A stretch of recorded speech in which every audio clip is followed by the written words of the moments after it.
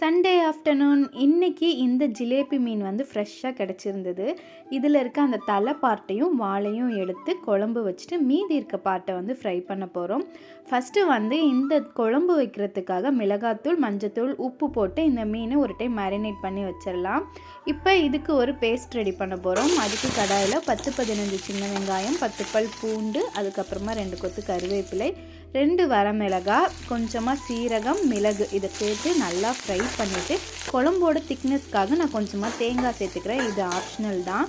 தேங்காய் நல்லா வதங்கினோடனே 3 ஸ்பூன் மல்லித்தூள், 1 ஸ்பூன் மிளகாத்தூள் சேர்த்துட்டு ஸ்டவ்வை ஆஃப் பண்ணிவிட்டு அதுக்கப்புறமா கலந்து விடுங்க.